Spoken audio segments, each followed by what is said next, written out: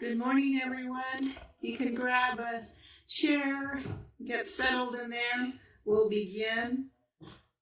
We are waiting for our investigative reporter who is traveling and not here yet, but we want to start in any case so that we can hear from these experts, and I'm looking forward to that. A couple of them I only met on Zoom and now in person, so welcome. And first of all, everyone here has been looking at our slides here, where we are the League of Women Voters for Fremont-Newark-Union City, and we welcome all here. We are going to have a focus today on a very important issue. An issue that, as you can read up on the screen, is a position that was established in 2022 at the 55th convention that was held nationally in Denver. And there was a committee from the state of California that sort of established this policy and this position. And we have one of the members here, so we're excited, and we'll introduce her in a bit. But the criminal justice position is an important document, and this book, I don't know if any leaguers are familiar with it. You can get it on Amazon for $5, and it has everything you want to know about the positions and policies that the League of Women Voters supports, endorses, and advocates and educates. So from that, I have learned on page 120 what we have put up on the board here, and on the position, so that folks know about that. We had 2 articles in the Tri-Cities Voice that introduced the program and the criminal justice system. That is what we want to see as honestly in developing policing policies throughout our communities. So today, our title is Criminal Justice, taking a hard look at Alameda County, Santa Rita. Is this Lisa? Yay! And Judy, our panelists have arrived. Great. So if you have read our scrolling PowerPoint, the League is over 100 years old, probably 103 by now, and we are strictly nonpartisan. We want to emphasize that, and we are open to all. So if you are not a member of the League, we invite you to join with us. We are addressing a lot of issues and educating our communities as best as we can through experts and through education and studying. I'd like to introduce our panel now. Okay, we have one of us traveled this morning and pretty wet. We welcome Lisa Fernandez. She's been a journalist for 30 years. Most of her time was with the Mercury News and now at KTVU, where she keeps an eye on in-custody deaths at Santa Rita Jail, the police reform oversight at the Oakland Police Department, and the sexual abuses at the Federal Correctional Institution in Dublin. She lives in Oakland with her husband, and her 2 children are in college. Lisa also is an exercise instructor. Maybe she'll get us up and down today. So I don't think you'll fall asleep on this one today. Our next guest and panelist is Ann Jenks. She's a union and community organizer, 25-year resident of Oakland. She got involved with policing accountability during the Coalition for Police Accountability's 2016 campaign for community oversight of the Oakland Police Department. She organized for the community development of Oakland's Mobile Assistance Community Responders of Oakland to create a community crisis team to respond to low-level 911 calls instead of police. Subsequently, she has worked on integrating community involvement into policy advocacy and development, public outreach and education, and developing alternate response models for emergency calls. Thank you for coming, Anne. Norma Nelson. Norma and I are former employees. We worked at the same city, Hayward. She is a resident, or was a resident, of Union City. And she also was a representative to our Board of Supervisors, Richard Vaya. Norma is a survivor. She's a survivor of a homicide victim at Santa Rita Jail. She is a founding member of the Criminal Justice Committee for the League of Women Voters of California that helped develop this policy. And she worked really hard for them to, not only California, but it was pushed forward and accepted and at the convention in Denver and accepted by the national policy. So that is where I first learned about why we are doing this, because even Mr. Vaya, when we first approached him about our concerns, was saying, the league? What does the league have to do with that? You just register people to vote. So we were glad that we could educate him and that he championed that this issue, and as part of his public protection committee, took it forward. And so now we have Elisa Marquez, who we hope and are advocating that she will also promote this. So today we are also welcoming Miss Judy Zlatnik. I didn't forget you. And she is a member here. She's also our representative to the Alameda County Coalition. And she was a member of the jails. What is that? The Innovate Committee. There you go.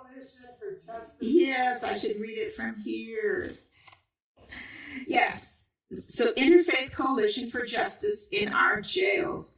And she's a former City of Fremont Council member, quite active, quite an advocate, an educator, and we appreciate that you took the time to initiate this presentation for the League to present to all of you folks. And lastly, but not least, is our very own treasurer in the house, Saida Emander, and she has been our representative for this oversight task force and representing all 6 leagues of Alameda County. So we welcome her, and we know that she has a lot of information. Each one of these are experts, and we want to start that focus and get as much time as we can. We want you to turn off your mobiles. We're going to have a question and answer at the end. We also are having this recorded. So we'd like to make sure that when you ask a question, you speak into the mic and wait for the mic so that it can be recorded as well for future listeners and watchers once we get this recorded. So thank you very much for your patience and understanding, and we're going to turn it over to our moderator, Saida. Thank you.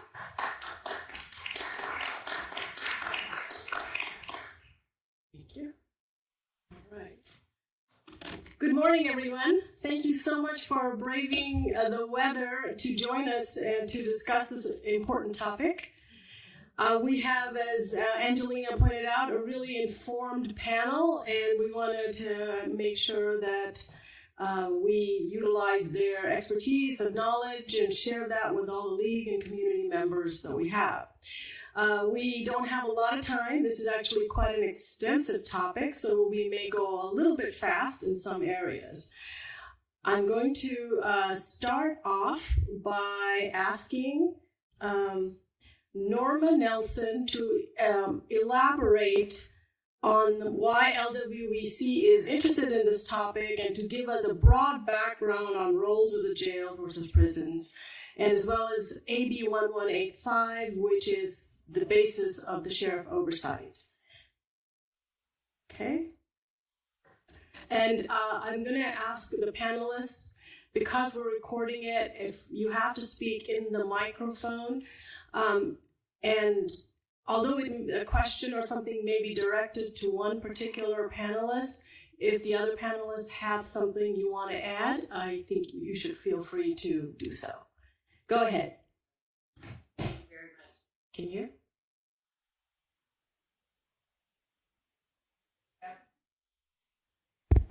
There we go. Good morning, everyone. So wonderful to see you out here on this rainy morning. And thank you for this opportunity. Let's see, I'm starting by talking about the League of Women Voters criminal justice position. And I had the distinct pleasure of working with a group of very talented individuals in helping to develop that position. And anyway, you've been seeing some of the snippets from that position on the screen as you came in this morning. But I just want to quickly summarize a few points that's around criminal justice that you should be aware of and where the League stands. A criminal justice system, we want a criminal justice system that is just, effective, equitable, transparent, and that fosters public trust at all stages, including policing practices, pretrial procedures, sentencing, incarceration, and reentry. Elimination of systemic bias, policing practices that promote public safety, both for the officers involved in the community, collaboration between government and community at every stage of the community criminal justice system, and focus on humane treatment and rehabilitation with the goal of promoting the successful reentry into the communities that have been where they've been incarcerated. And then also reliance on evidence-based research and decision-making around law enforcement programs and policies, including scheduled periodic audits of program and policies effectiveness. This is important because it's the foundation of why we are actually working on criminal justice as part of the League program activities.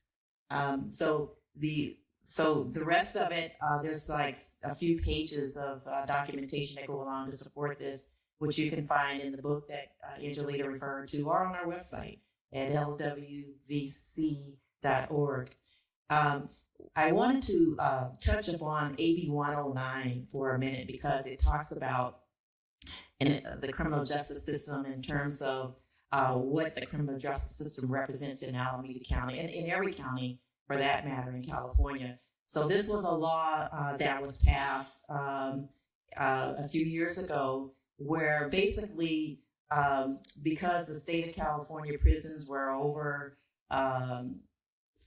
full, they were excessive and whatnot, they diverted some of the low-level offenders to counties. And so the county sheriff's departments had to handle the burden of those low-level offenders that once were a part of the California prison system.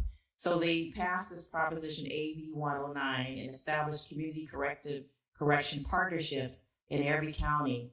And this is important because in every county, because criminal justice system is multifaceted, right? So a part of this legislation requires that the sheriff be a part of this particular board, along with the district attorney, the public defender, the public health director, mental health, someone from the Board of Education, and the probation chief actually leads this board, someone from the Superior Court. So basically, I may be forgetting someone, and even someone from the county personnel and human resource system, and someone from the victims' rights interest groups. So basically, it touches on all of the tentacles of the criminal justice system in Alameda County. And some of the goals are to, of course, reduce the recidivism rate and make our communities more safe. And so I bring it up because the sheriff, being a part of that advisory, that board, has an opportunity to work with the major stakeholders in Alameda County that can help the sheriff to be more effective in implementing programs that will actually provide more public safety and for the law enforcement officers, as well as keeping our community safe. And we want people to be able to live life, have a life, liberty, and the pursuit of happiness. So, you know, those that are have been incarcerated, they have an opportunity to live productive lives as well. So that's why I bring that up, and I'm kind of really passionate about that. But a lot of people don't pay attention to the Community Corrections Partnership, and I think more attention should be paid to that. So since I was working on the Criminal Justice Committee that helped establish the criminal justice position for the league, and we were working on legislation that involved criminal justice reform at different levels, we found that when the league was actually advocating for passage of certain criminal justice reform legislation, we checked around to find out whether the law enforcement agencies across the state were actually implementing those laws. I mean, it's one thing for us to get out and advocate to pass laws, but it's another thing for the laws to actually get implemented. So we decided that, well, you know, we should form working groups. So we formed a working group initially around AB 392, which is use of deadly force. And then, of course, the people from Sacramento County, where I sit on the board for the league, were very passionate about AB 1185 and doing something about the sheriff. Because some of you probably have heard that we had an inspector general that was looking into the death of an African-American man that was at Sacramento County Jail. He had a disability and whatnot. He ended up dead there. So we had an inspector general who actually was a former police chief to come in and do an investigation. And he found that, you know what, Scott Jones, you guys messed up, you know. So Scott Jones kicked him out, said, we don't want to hear what you have to say, basically. And so from that, Assemblyman Kevin McCarty decided that we need to do something about this. It's not just in Sacramento, but it's all across the state. So anyway, with that passion for my league, and then because I raised my hand, said, you know, we should do something to make sure these leagues are actually, these law enforcement agencies are actually implementing these laws. They were like, okay, well, you do it. So anyway, so I said, well, I can't do it by myself. But so myself, I'm a co-chair of our Sheriff Oversight Working Group. And there's a representative from Southern California, Veronica Jones, who actually works on issues related to Southern California. She's a former Pasadena City Council member, I believe. So anyway, we thought that we should look at what different counties are doing and to try to develop some best practices. And so, and then Saida actually connected me with a particular group. Do you want me to continue down this list, or what do you want? Well, we want to start talking about the Santa Rita Jail. Okay, all right, let's get to Santa Rita Jail. Okay. And then we can come back to AB 1185 when okay, we talk all right. about oversight. Okay, so in any event, as was mentioned in the introduction about me, I am a survivor of a homicide victim at Santa Rita Jail, May 2020. So I was involved with this before my brother was murdered there within 2 hours of being brought there. So anyway, one of the things that we wanted to talk about is the fact that Alameda County, Santa Rita Jail is one of the most deadliest jails in the state of California. In fact, there are more in custody jail deaths that occurs there than perhaps Los Angeles County, which is quite a bit larger than that. There are about 3,400 cells, or rather, the capacity there is for over 3,400 people, and I'm just speeding along. Oh, okay, all right, okay. So. And so anyway, I spoke about the in custody jail deaths there. Interestingly enough, there are there are actually a lot of suicides that occur at the jails throughout the state of California and Alameda County as well. Most of them are white males, believe it or not, that are committing suicide at Santa Rita Jail. Okay. Yeah, I think what Norma had outlined is some of the information on Santa Rita Jail, because many of us here, how many of you here would raise your hand and know the inner workings of Santa Rita Jail? So maybe 3 people, 4 people. Okay, so that's why we just wanted to give a broad-based background on what the jail is, what kind of arrests there are, that usually take place. Just kind of give you guys a background before we start getting into the nitty-gritty about the reporting and the problems. But one thing, if I may, so when someone is taken to Santa Rita Jail, one of the things that they're supposed to do is an intake, and some of you all know this. And so that intake is supposed to involve an assessment of what type of issues they have. Are they high risk? Do they have behavioral health issues? And that helps them to determine a classification that's going to be used in order to place them in housing, in what cell they're going to be in, and so forth. And so this is really important because for the most part in jails throughout the state of California, and Santa Rita Jail is no exception, a large majority of the people that are brought there have behavioral health or mental health issues.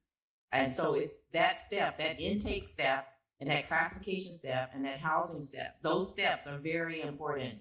And so that's probably contributing to some of the reasons why there are a lot of, in things that are going wrong there.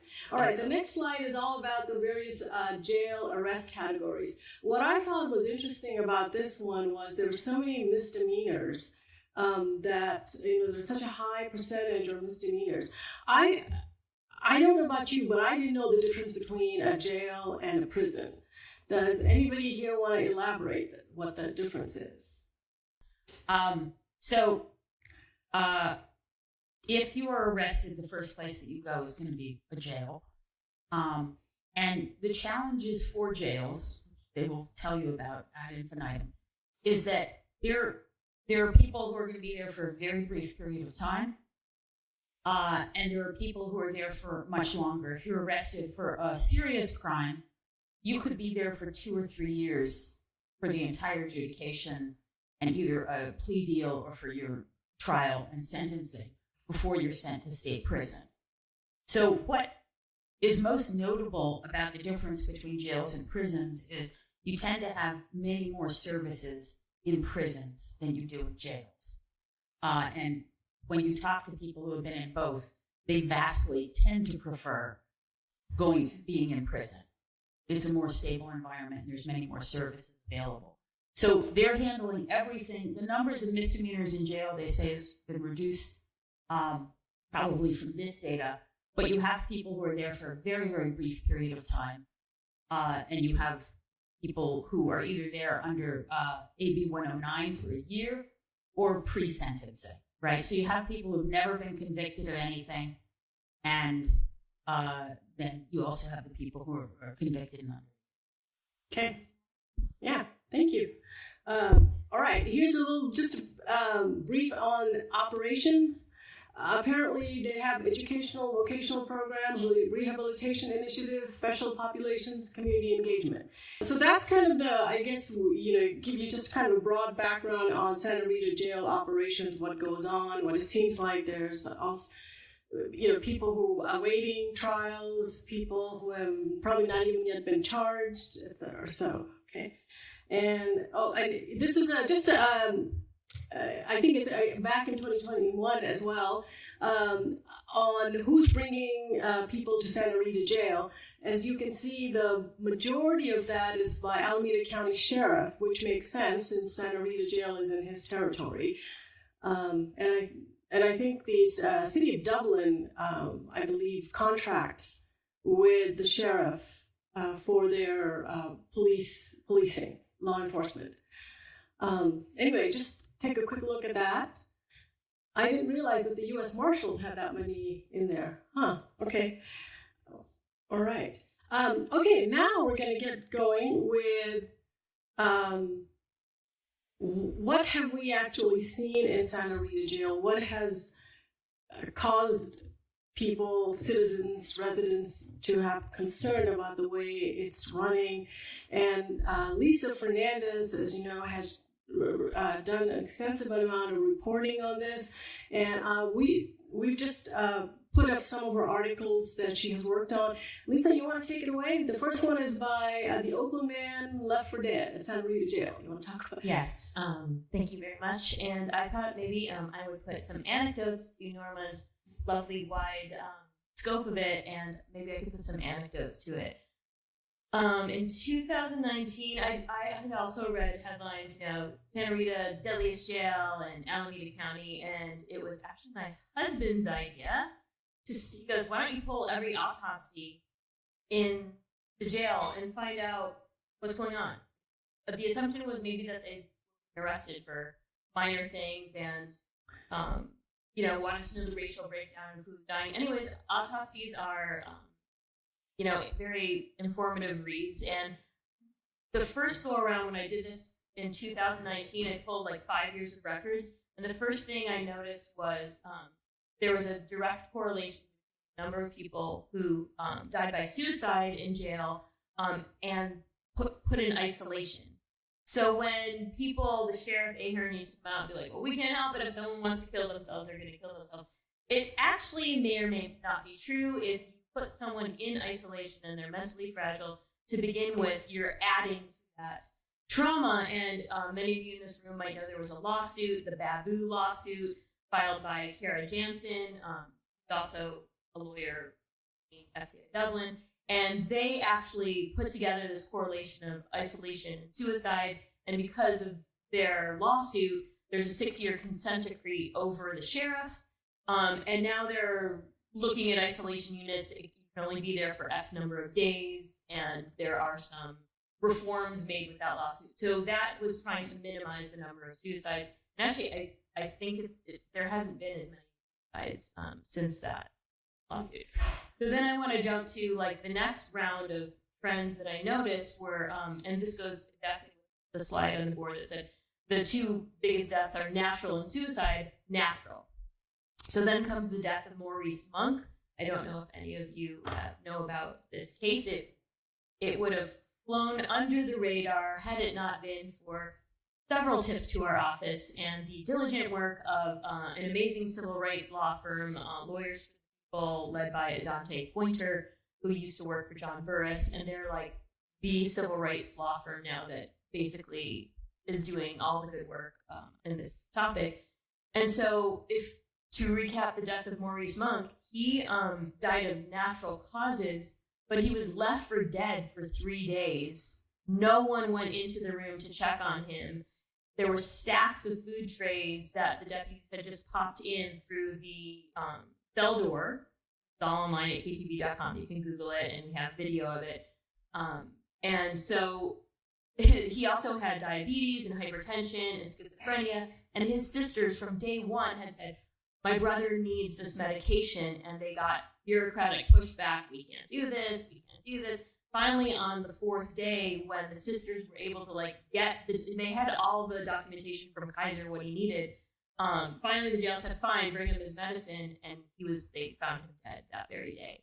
So is that a natural cause? I think medical care should be looked at in the jail.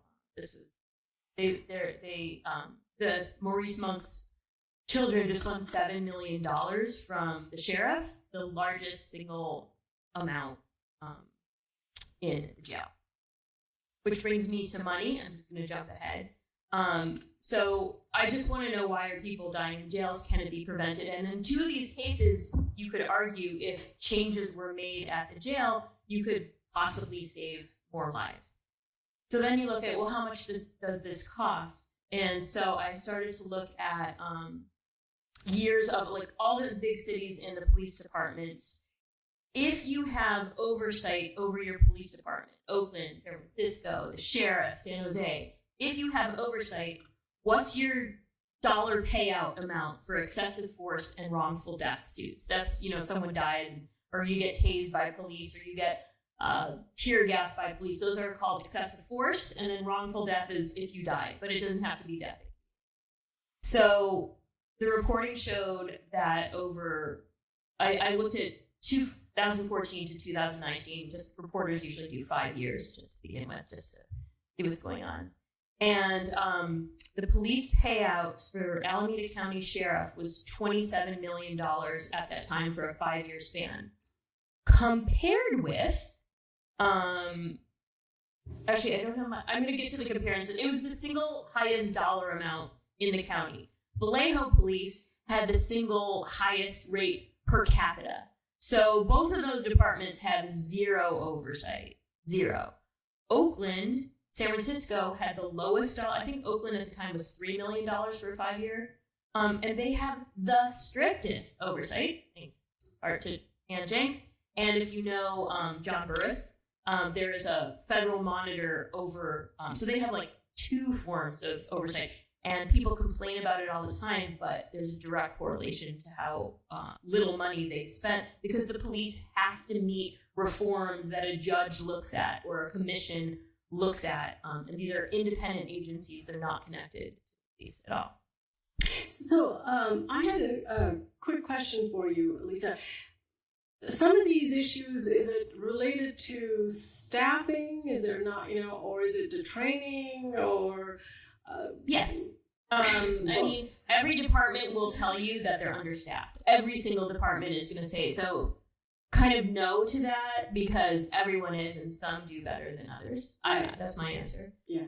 And then training, yes. I mean, Oakland police, say what you will, they're good now in comparison to others because they know they're going to get in trouble. They know that a federal judge and the Oakland Police Commission is going to look at what they did and be like, you can't get out of oversight because you pulled someone over because of the color of their skin or you weren't polite to them. Like they know that they're going to be looked at. They have a boss over them. But none of this really, and oversight would not impact law enforcement's ability to uphold the law.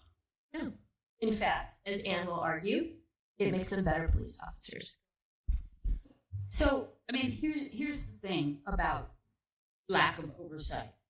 One of the fun things that the former sheriff used to do is when people were on the verge of death in the jail, he would send them to the hospital and compassionately release them. And then he didn't count them as an in-custody death because they died in the jail and they'd already been released. Okay? So the point is, you have choices to make. Do you look at something that happened and say, we want to understand exactly what happened because there's something wrong with this process? Or are you playing numbers games to keep the number of people who die in custody down, right? And it is always the inclination of law enforcement, and at the end of the day, all of us, without oversight, to play games to make themselves, to excuse what's happened, instead of looking at it genuinely. This is why I really appreciate the League's involvement, because this is really about transparency and good government. This is about being able to look and have the community involved at looking at what's happening. And what interests me the most is not the deaths, but the smaller things.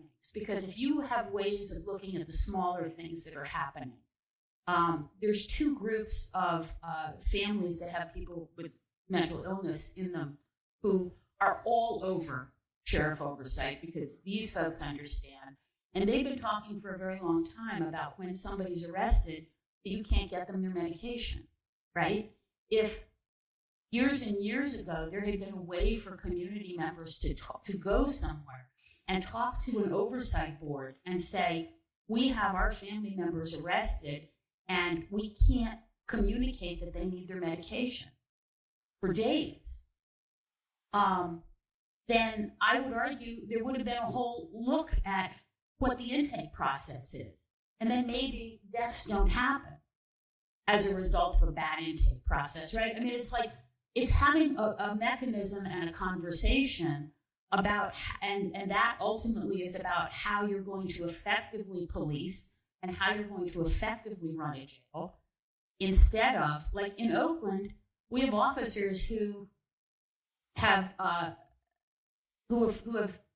done things that prevent them from being able to testify in court, right? They've perjured themselves. They've done things that a defense attorney would simply say, Officer Jenks, let's talk about your record. Why should we believe you when you've perjured yourself, right? So they literally can't do an essential part of their job, but they're still on the job. So if you create mechanisms so that we can start to address those things, then we're going to have police who can actually police. One thing I do want to mention as an aside is that the sheriff doesn't only provide law enforcement in the unincorporated areas of the county and Dublin. The sheriff is a law enforcement body over the entire county. They can walk into Oakland or any other city any day they want and perform law enforcement, and they do. So this isn't just about the jail, although the jail gets a good deal of attention for good reason. It's about law enforcement throughout the county. That's why the numbers were so high for the sheriff bringing people to the jails. They're not just bringing people from unincorporated areas, they're bringing them from the entire area. Yeah. And they're the corner, yeah. So much. It's like that one in the Castro Valley Starbucks. I think there was a payout for that. I didn't count. I just wanted to note that I didn't count that. That's not an excessive force case because no one was, harmed, physically harmed.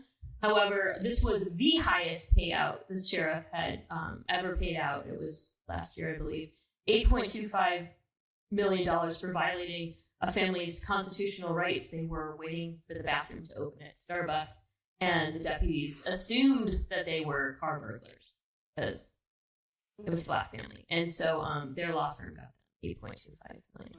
Wow. Judy, do you have anything you want to add about... Oh, I have something to say later. Okay. But I think you're probably feeling like I was when I started doing research. You either want to cry or you are enraged, and there are things you can do. And one of the things I'm going to do is start recording Channel 2 News so I can keep up with what Lisa's doing. So, but I'm going to talk later about don't give up. We can do this. Hey. Yeah. I just wanted to add about the compassionate release issue, because that's what happened to my brother. And he basically, a cellmate, took his steel-toe boots and just stomped him, was trying to stomp his brains out. And so my brother was transferred to the hospital and compassionately released, of all charges. Well, actually, they hadn't even charged him with anything. Well, they released all the charges. The other thing I wanted to say, pertaining to what Lisa was saying, is that part of the problem, too, is a cultural problem. It's a behavioral problem. There's some things you just can't train. You can't train people out of. I think there was a news report of sheriff deputies at Santa Rita Jail who couldn't pass the psych exam, but they were still employed there. I know when Angie and I worked for the city of Hayward, we had to pass a psych exam. We weren't even law enforcement officers. And so those types of things are reasons why we need to have oversight, because there's some things you just have to hold people accountable for their behavior. All the training in the world you can do is not going to change what they're doing, and these people are dangerous. Okay, all right. Thank you. Well, so we've heard of some of the problems. We could go into extensive detail on each one of the articles, for example, but due to the lack of time here, you can always Google Lisa and find all the articles she's written on this topic. We do have slides, which we will probably add some more things to, and if you leave your email, we might be able to send those to you.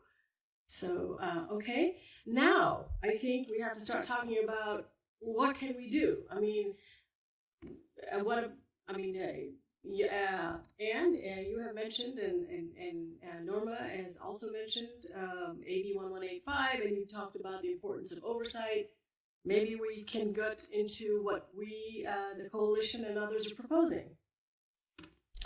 So, 1185 basically says the counties can do this. It's an interesting piece of legislation in that it doesn't do anything. It just kind of says you can do this. And it turns out that everything it says that you can do, you could have done before. But it's essentially to nudge counties in that direction. And the way I think it tends to work is that, except for like the politicians who are just so far in the pocket of law enforcement is always right and there should never be any oversight, a lot of elected officials will say, oh yeah, I support good governance, I support transparency. And it's when you start to get into the details of what that looks like that slipperiness happens. So here's what we have, I think, identified, and we're a coalition. So the great thing about coalitions is everybody has slightly separate opinions, but I think this is generically fair to say. What you need for good oversight, we've learned from where there already is oversight, right? And you need to have an inspector general, somebody who has the background and the professional education and experience to do investigations, kind of audits, that kind of thing, right? An inspector general's office with an inspector general. The inspector general has to have subpoena power because here's a shock, law enforcement doesn't always cooperate unless they're absolutely forced to.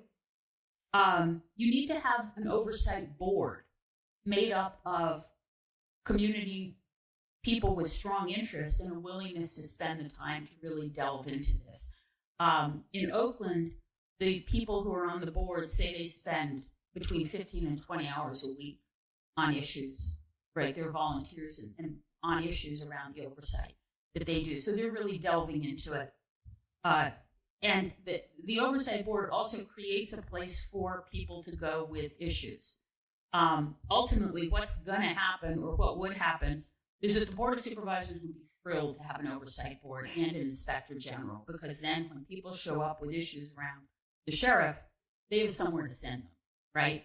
And they also have a body that can spend the time looking at things and come to the board with strong recommendations that are thoughtful and better research than the board is ever going to have the time to do. So community oversight board, the budget and resources necessary to actually do oversight, we're proposing 1% of the sheriff's budget, not out of the sheriff's budget, but equivalent to the sheriff's budget. And as Lisa argues, it ends up saving to do effective oversight. And then it's very, very important that that oversight have independent legal counsel, because county counsel is the lawyer for the county, and county counsel's job is to legally protect the county, right? So sometimes oversight is not going to be in the best interests of the lawyer that just wants to protect the county from lawsuits. Sometimes oversight means you uncover stuff that is going to be very problematic, right? And sometimes if you're the lawyer for the county, you're fighting very hard against transparency, because with transparency comes accountability and sometimes some lawsuits, right? So there's kind of this fundamental conflict of interest between what county counsel, the county's lawyers, have an interest in, and what. May I give an anecdote? Yeah. And what, if you have oversight and they need legal advice, they need to have independent legal advice. There's two more points, and then, so in terms of who's on the oversight board, and this ends up being a very hot topic, we have taken the position that people who have been formerly incarcerated should be able to be on the board. They have tremendously important insight. And The other thing is that there should not be any police officers or former police officers or people who have been representatives of police unions on the oversight board. Now, this makes police unhappy, but I will just very, very quickly explain why. All oversight of police to this point has been done by police, right? It has not worked. Give me an hour and a beer and I will regale you with how badly it has not worked, right? The sheriff's office has an office that's internal affairs department. It's supposed to investigate and rectify things. It has not worked, right? There's a state office called Post that is run by cops and former cops that is supposed to create standards and make sure things are working great. It doesn't work. So we've tried the police policing police. And the whole idea of transparency and good government is maybe it's time for somebody else to take a peek at things, right? So that doesn't mean that there won't be police involved with the oversight board in Oakland. The police chief, when we have one, comes to the oversight board meetings and gives a report and engages with the oversight board and comes to all kinds of meetings to provide their perspective and to argue for what they think should be happening in terms of oversight. So it's not that there's no voice there, but they should not be decision makers over themselves. They have plenty of other venues to do that. So those are the two elements in terms of who's on the board. The other issue is, how is the board appointed? And we are arguing that some of the board members should be appointed by the Board of Supervisors, and other members should be appointed by a community process where there's community members who help to recruit and make recommendations to the Board of Community Appointees, which really helps to broaden and make more representative the community oversight board. Thank you. Thank you, Anne. That's great. I just wanted to bolster what Anne said about the county councils wanting to protect the county over transparency.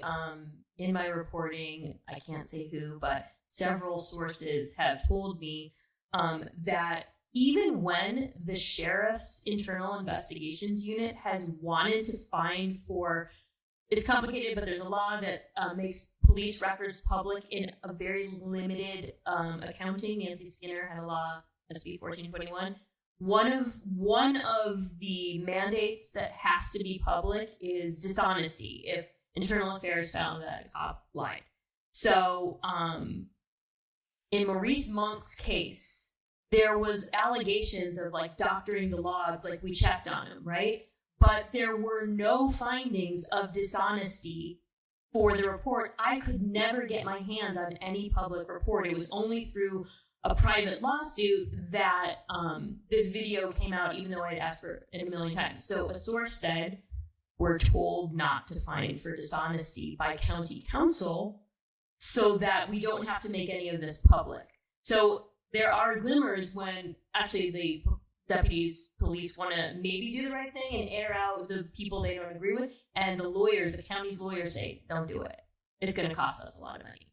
And the county lawyers are saying, no, we want to represent the oversight board and the inspector general. We want to give them legal advice, right? And we can do this separate from our interests representing the county, right? And it's pretty clear that that's not the case.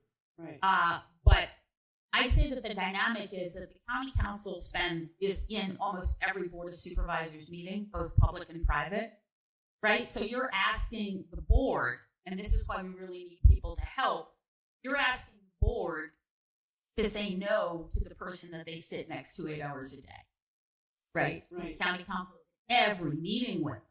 And what they need to do is I know that you're upset that we're saying you can't be the lawyer for an independent oversight board, but that's the way it's going to have to be. Right. I just want to say that what they said, that it's important, at least in my impression, is a good deal of it is opposed by the Board of Supervisors. And I know we're South County people, and down here we tend to not think too much about, the county. But not only do they want to have, one of the last things I recall, they wanted the oversight board to be able to investigate things only if the sheriff gave permission to do it. I mean, this is so. My impression is, and I'm not an expert, I have to tell you, I'm kind of an onlooker, but it's been scheduled. We're supposed to be on the docket, and I'm there at my computer checking it. When are they going to talk about it? Have my little speech written? Well, we're not going to talk about it today. We're going to talk about it, what is it, June 20th? June 4th.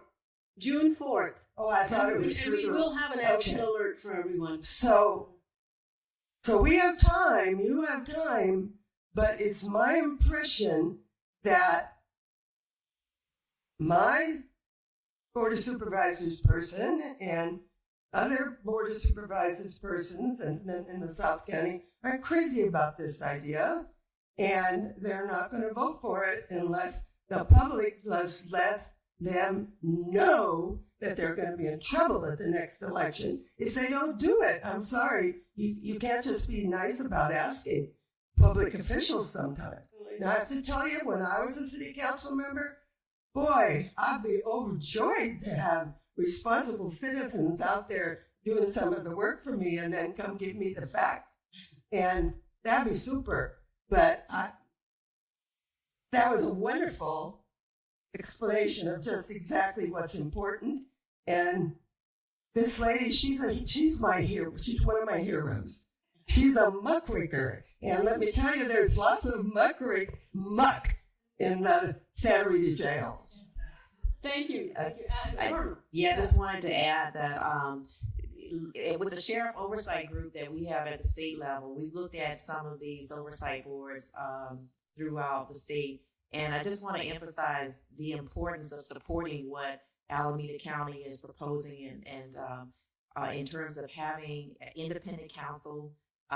You hit the nail on the head. I've observed that in Sacramento County, for instance, that if you use the county council, they're going to influence how basically the oversight board functions, and it's not going to be to the best interest of the community. Also, looking at some of the other oversight boards, like San Diego County, for instance, they do have independent counsel, but they do not have an inspector general. They do not have an audit function. It's important to have the independent counsel. It's important to have the inspector general and with audit capabilities.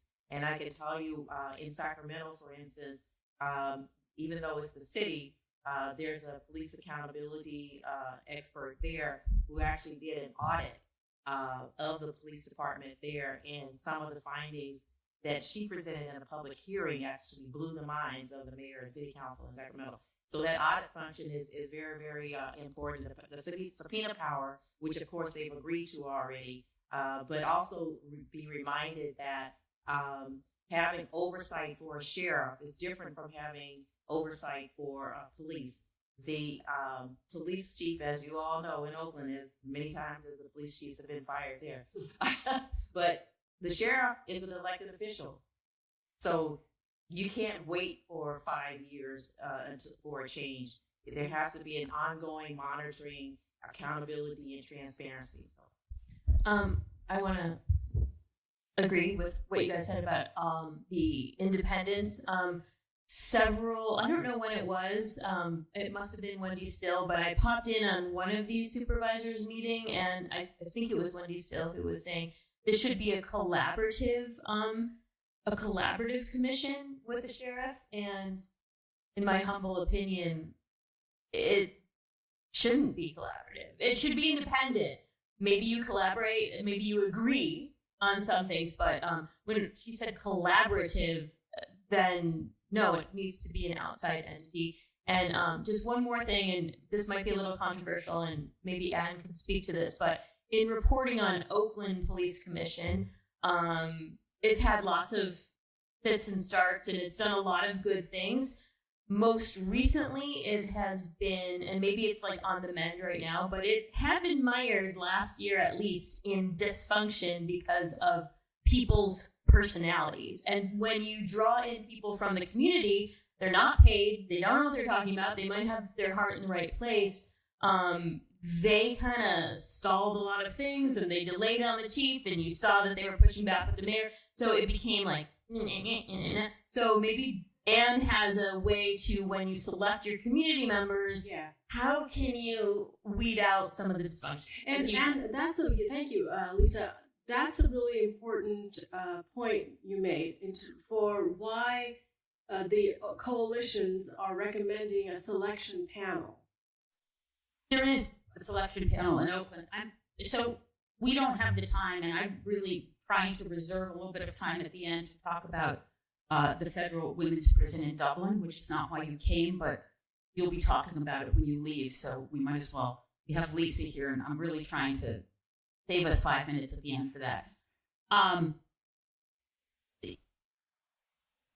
Okay, so when I was a kid, I had a counselor who was wildly incompetent, a high school counselor. And my mother said, she was black, and my mother said, well, that's affirmative action. And I said, but what about the vice principal who's a white guy, and he's also incompetent, right?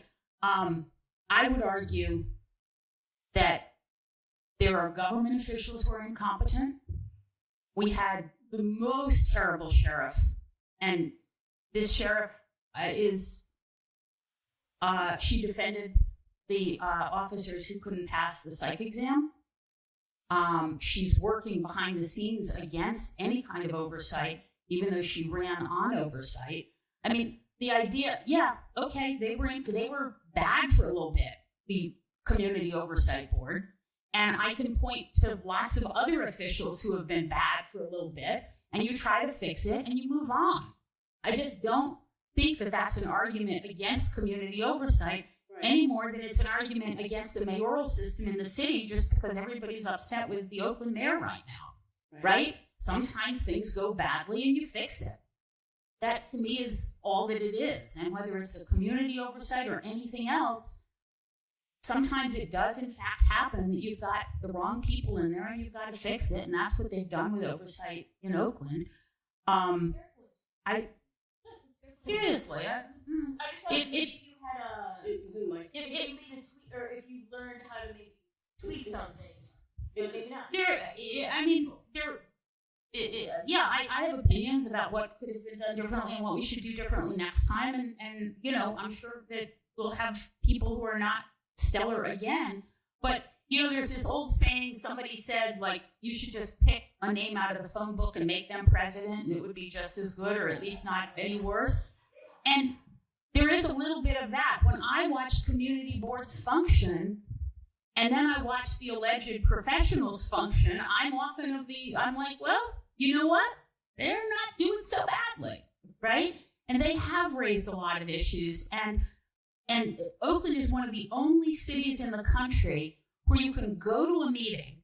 I've actually tried to bring visitors with me to police commission meetings. They're less amazed by this than I am every time I go.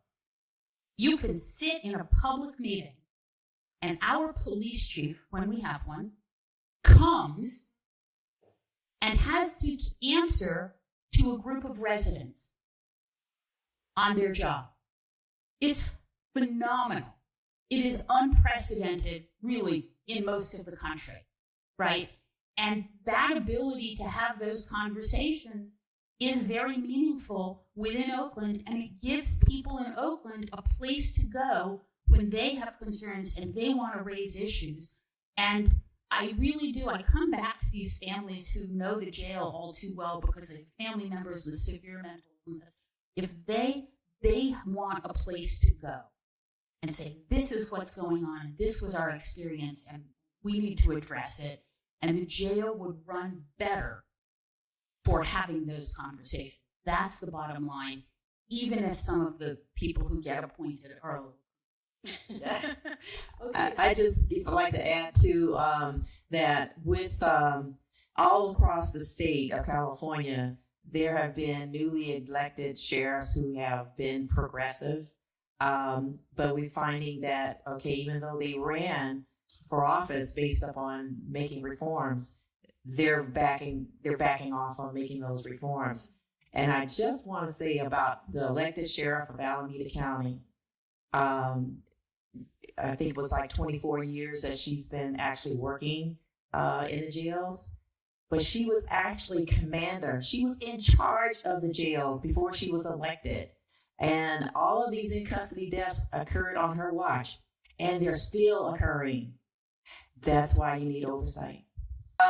Well, there's a political will of the Board of Supervisors. You know, the governor signed this AB 1185 into law to authorize the Board of Supervisors to establish these oversight boards. Of course, the people also have the ability to, by vote, you know, in election, to establish an oversight board as well.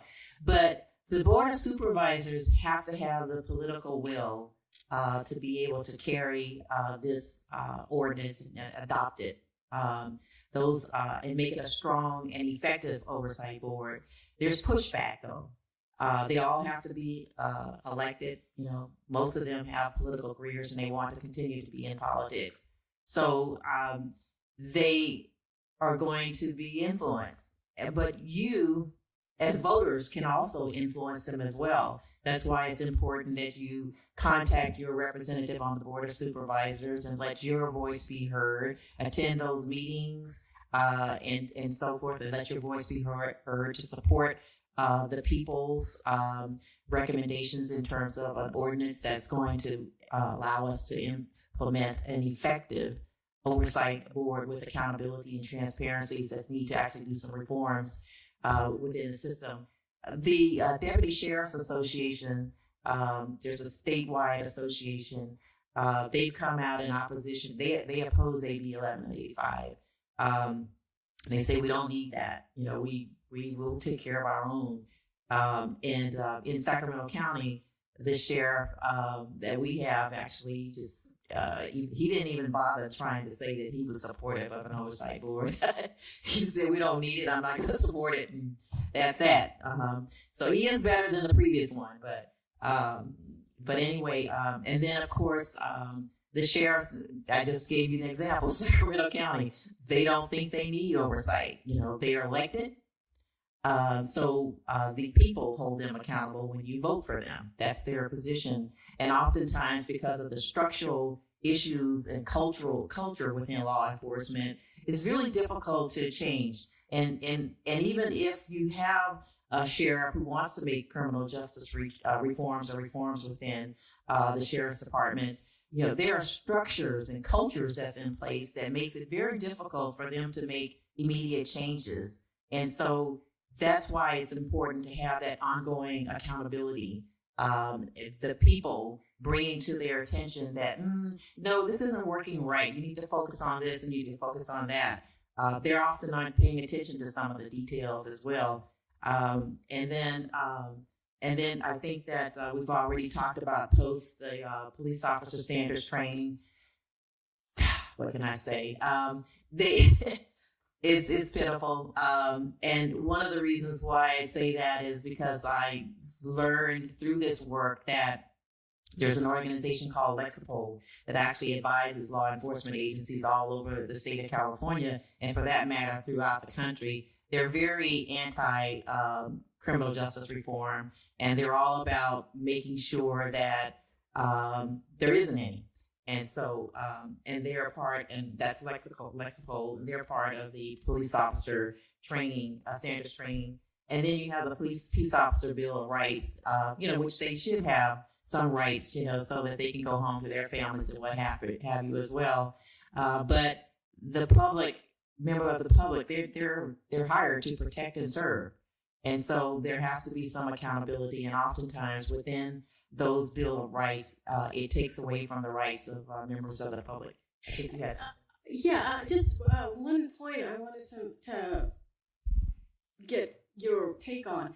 I remember in one of the trainings back with Wendy Still, they had mentioned that it was easier to get an oversight for a police force rather than a sheriff's.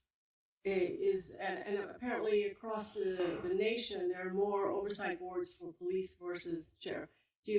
Just wanted your take on that. Is it just because they think a new sheriff will be elected and that's the way to do oversight on a sheriff? Well, no, I think that for sheriffs, they are elected. Police chiefs are appointed.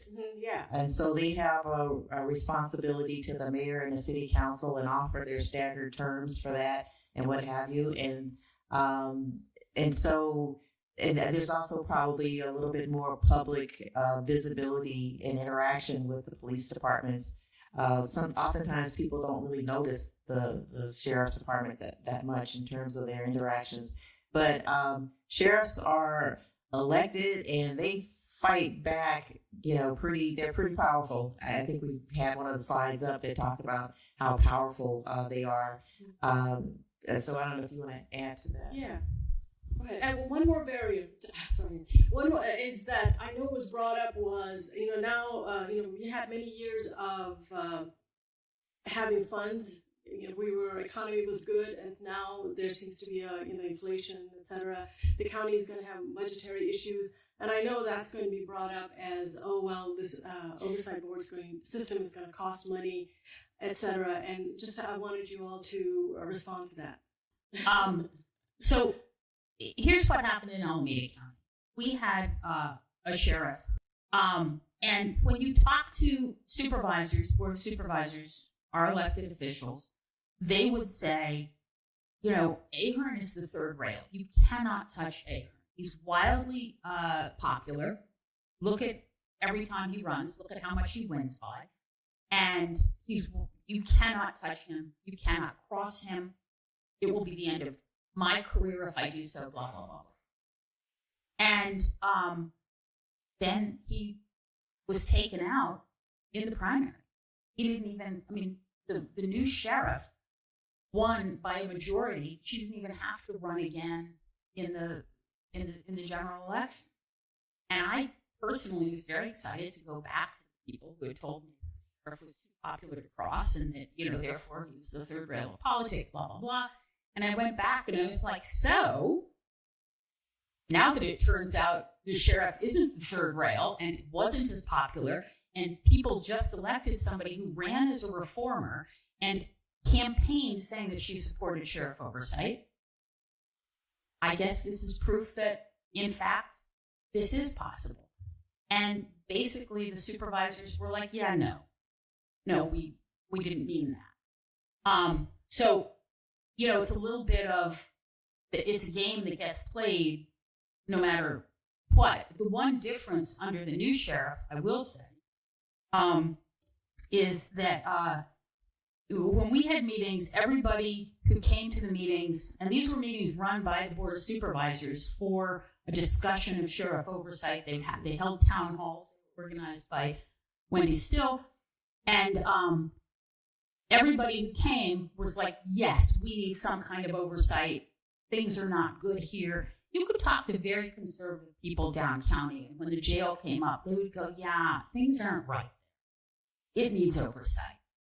Very popular position. And then there would be these random 3%ers calling in, talking about how the sheriff was more constitutional than any other elected office, and you couldn't tell him anything. Well, they all left. So now we pretty much are the only voices out there, except for the sheriff and the deputy sheriffs who don't want oversight. They don't want anybody looking at what they do, which I think is not an unreasonable position, but it's the position that they're reasonably going to hold. What I did want to mention, though, is the whole process has included significant amounts of community engagement from the board. The board said, we want to talk to the communities about this, and they had a series of events, and the overwhelming what they heard from Alameda County residents overwhelmingly was, we want strong and effective oversight. So the sheriff, when she came in, she did her own process, which included a survey and included focus groups. She didn't ask about sheriff oversight, but she heard about it anyway. And there's a report on her community engagement that says, well, we didn't ask, but it turns out everybody wants oversight, right? She subsequently says in private, while she still says that she supports it publicly, she says, give me time. I'm going to be better, and it's not going to be necessary, right? Now, I would like to make that same argument with my boss, that I don't need to be overseen. But honestly, I do, right? Everybody needs to report and have transparency to function. I don't care how good you are. So every single process, and I think this is an important thing to say as we urge you to talk to supervisors about this, every time they have asked, they have been told over and over by residents of the county, up and down the county, that we want transparency and we want good government, and that means independent and strong and effective oversight. And they've heard it from people repeatedly every time they ask, and they're still going, well, I'm so confused and I don't know what people think, and It's going to cost so much. They've asked, and every time they've asked, they've gotten the same answer, and now they're trying to ignore that. Go ahead. Okay. I think I'll give a plug just for journalism, because I love journalism, and no one covers the Alameda County supervisors, including myself. I've been busy with other things, and I have not trained my focus on the supervisors. No one ever calls me back, ever. But now, after today, I think I will train my sights on the supervisors and maybe pin them down for either talking or not talking their opinion. Maybe I'll just do more stories about sheriff's oversight. Where are you? I need something to do now. What I've been covering, the prison in Dublin next door to Santa Rita, has shut down. I don't know if you've heard, it was in the news. And I need something new to do because that prison has shut down. So maybe Monday. So if anyone wants to talk to me, I'll leave my business cards out here for that. Thank you. Thank you so much. We look forward to hearing back. But I do think the supervisors get, reporters cover the city of Oakland and the police department. Like, there's eyes on it, but not one newspaper, not one TV station, no one covers the Alameda County Board of Supervisors. Right. Us too. So. And the point regarding cost, one of the reasons I brought up was to remind people that, as some of your research has shown, Lisa, that the payouts decrease if there is oversight. So that's something to, I think, keep in mind when we have conversations. What we see the supervisors doing right now in terms of sheriff oversight is they're going to try to break it up and defang it. Okay?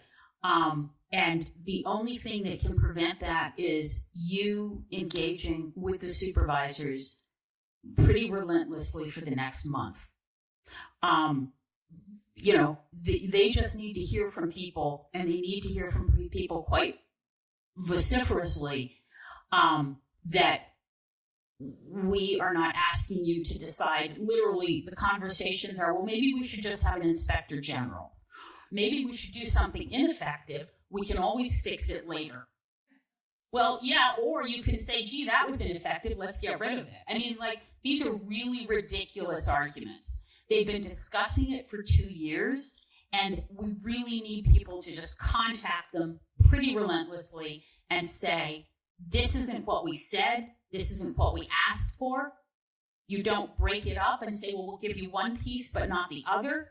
We're not gonna, none of the ways of defanging it that are being discussed, and they're actively being discussed, are going to result in effective oversight. I talked to a staffer of one of the supervisor's offices, and she said, I really only hear from maybe 30 people a year about sheriff oversight.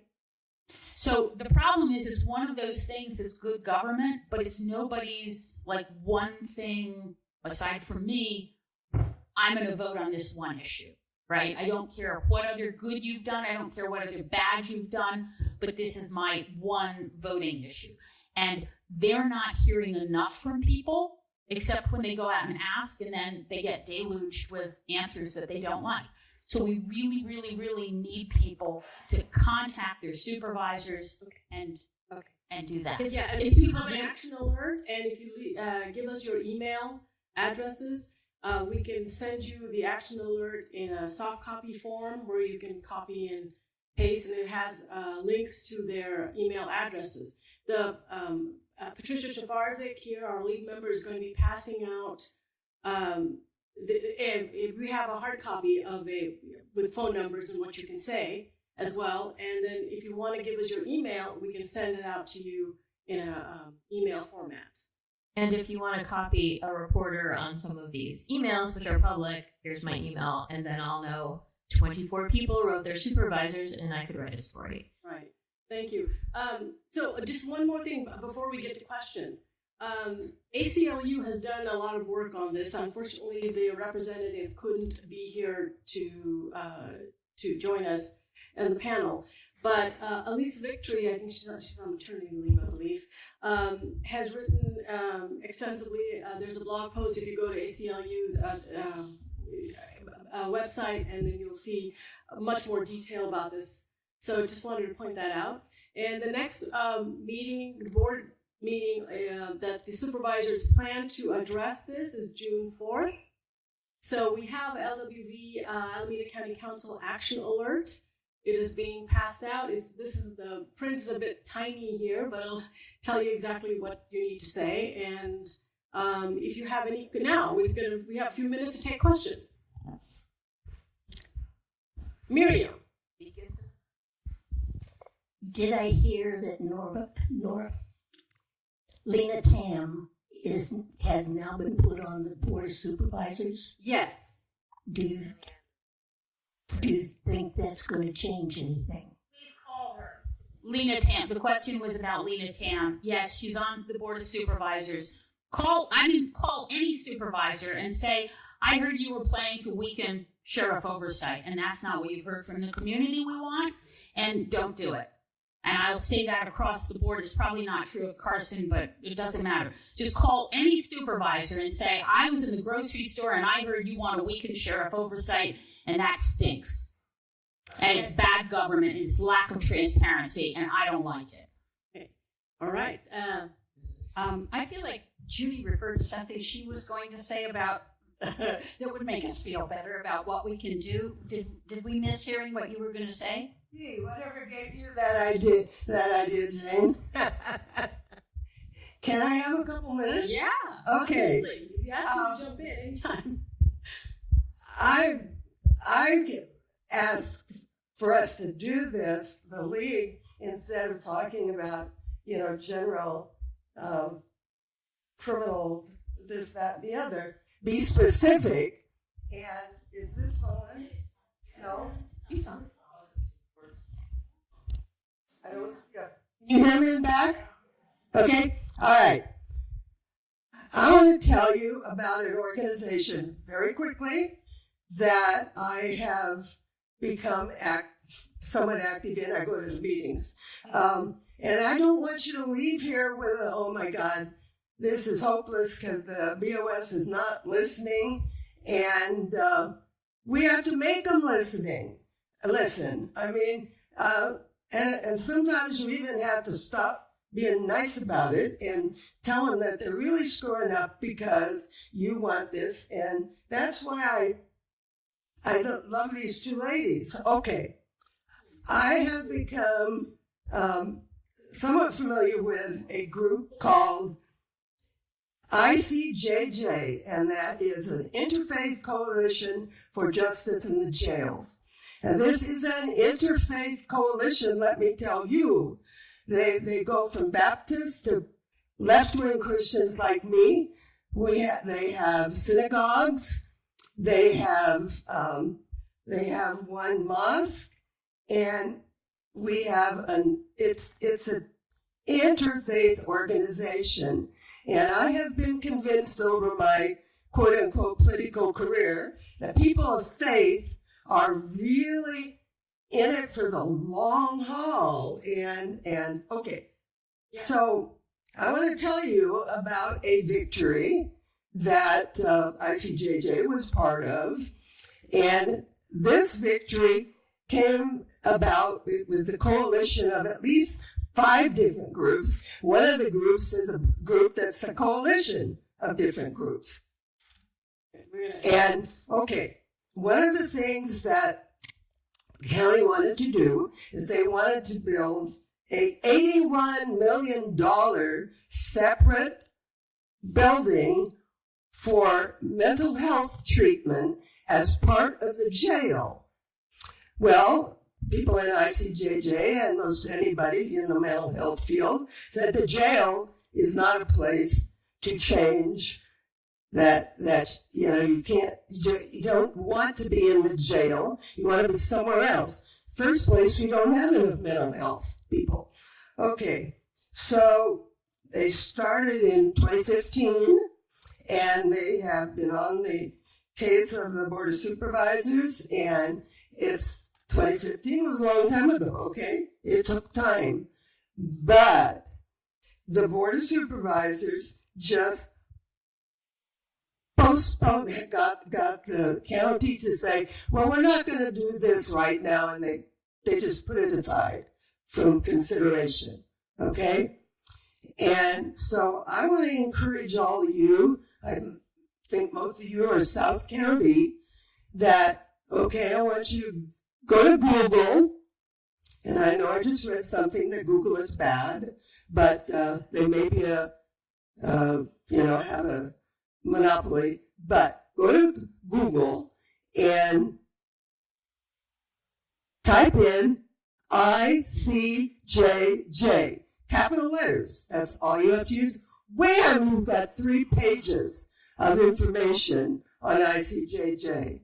And if you Google ICJJ, you can get this newsletter that comes out periodically whenever the poor person that is in charge of the newsletter can get it out. And it's incredible because they've got, in this one, the victory. They've got an article with a big sign on it saying, notice, if you need medical attention, notify a deputy, and then that's crossed out. So, okay? Don't contact a deputy. So, okay. Thank you so much. Google ICJJ. Yes. I'm not going to get my 5 minutes, but I got it in, okay? Thank you. Appreciate it. Yeah, go ahead.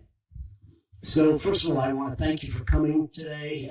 This is such a large, complex issue, and there's a lot of different facets to it. And my point is that we have 2 supervisors, David Halbert and Elisa Marquez in South County, and both of them should be contacted. But I would also like to just remind everyone that we're going to have a lot of tax questions on the ballot in November. And a lot of the problems that we have are money problems. And the supervisors are going to allocate money based on what they hear from the public, as well as the amount of money that they have to spend. They have a huge budget. They have a lot of money to spend, but it goes to where they feel are the most priority. I think an independent counsel and a IG is important for this, but it's going to cost more money. And that's they only have so much money to spend. Prop 13 is going to be questioned again in November. And I just, it has gotten us to where we are today in a lot of ways. I think we've got to be real careful about what we vote for and what we don't vote for in November. Thank you. Thank you, John. Thank you. Any more questions? Okay. Oh, we have multiple questions. Okay. Yeah, just one suggestion, I guess. I think all of the 6 leagues in the county should make a special effort to keep in contact with their supervisors. Not that they aren't already. I'll assume they are. Maybe, maybe not. But the league's reputation is stellar. And when we oppose something or when we suggest something, they actually do listen. Whether they do anything is a whole other thing, but they do listen. And if you keep at it, not only as the group of the 6, but each league independently, keep in contact, maybe on a monthly basis, and have someone in their office might be receptive to what the league is proposing. Thank you, Alex. It can't hurt. Excellent suggestion. Thank you. Questions over here. We're we have like a minute or so left. Thank you. It seems like there's been this sort of swing to the right with a lot of fear about crime lately, and oftentimes maybe not even consistent with the actual data. And one of the pieces of evidence for that is the effort to recall the Alameda County DA. So I was just wondering if you could comment on how that effort fits in with what you're talking about. That might be. Can we just get the last question? And Go ahead with the last question, and we'll go with that. I've got actually a couple of questions. How can you get information about the jail without being inside? Because certainly staff doesn't always report on all those things that are happening in the jail. And I think it's critical that you have a reporting from somebody inside the jail to find out. And the second question I have is about misdemeanors. There's a lot of misdemeanor people in jail, and I thought we had a thing where low-cost bail or own recognizance so people could get out of jail without having to be incarcerated for long periods of time while they're waiting for to come to court. Okay, I'm going to do 30 seconds on everything because the women's jail, the women's prison in Dublin is this amazing story. Amazing is the wrong adjective, but happened essentially in our community, got virtually no attention except for Lisa, and no reaction. I mean, I'm kind of shocked that there weren't rallies. We have every criminal justice nonprofit in Alameda County, and there were no rallies. And so I'm going to just do 30 seconds on everything. Money.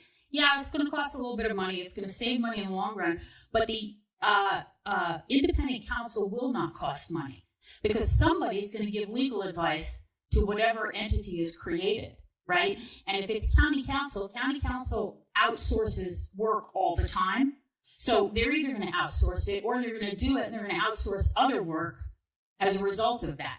So the one thing that doesn't cost more money is the independent counsel. And all of it, it's just, it's like stabbing Jell-O, the excuses the supervisors come up with about why we can't have independent oversight. So money is just the latest piece of Jell-O. It's cherry flavored. The DA, sure, it all kind of relates, but we're not going to talk about it because you're going to be much more interested in hearing about Dublin. The answer to how are we going to find out what's going on inside the jail with an oversight board and an inspector general. And yeah, there's still a bunch of misdemeanors going on. That data was from 2021, but talk to the public defenders if you want to know about how much there's going on with that. Let's talk about Dublin, because this is going to keep you in your seat. I'll just make it 60 seconds because we're over. Let her finish. All your answers about FCI Dublin can be answered tonight at 10 p.m. I'll be asleep, but if you want to stay up, Channel 2, KTVU, or if you don't have a television, KTVU.com, hit the live button. You can watch 2 years of reporting mushed into 1 hour. The rise and fall of this prison where women, perhaps you've heard, 8 correctional officers, including the warden, have been charged with sex crimes, having sex with the women in their custody. 7 of them have been sentenced to prison. But in the meantime, and this has to do with this woman, Wendy Still, who you've heard her name, she was named by a federal judge 3 weeks ago, as a special master. It's oversight over the prison. There's never been oversight of a federal prison before. And this judge said, Wendy, I want you to have eyes on this prison. I want you to make the reforms similar to what we're talking about for oversight, but it's under a judge. And guess what? The prison, 11 days later, said, we're going to close you down. We don't want the oversight. So the women have now been shipped across the country. It's not a good thing that this prison had shut down. It's actually a bad thing because it had a glimmer of hope under Wendy Still, say we will, that it would be reformed and changed and be under a very smart judge's eyes in Oakland. And now all the women are in Miami and West Virginia, where there are different kinds of judges, no reporters. And so watch tonight if you can. If you can't stay up, I'll be asleep. Look at our website tomorrow morning. I'm going to put it all on the website, 6 in the morning, and you can watch the 1 hour special and just read articles. The women were retaliated against as they were transferred. But what interested me, and tell me if I'm wrong about this, the judge told the prison not to transfer anybody because they'd done retaliatory transfers previously. The judge said, you're not allowed to transfer anybody without my permission. And the Bureau of Prisons said, watch this, we're transferring all of them. Isn't that pretty much what happened? They said, watch this, screw you, judge. We're transferring everybody out of here. And then they shut it down a day later. Just, they don't want the oversight. And they said to the judge, you've exceeded your authority. We can do what we want. Oh, wow. Okay.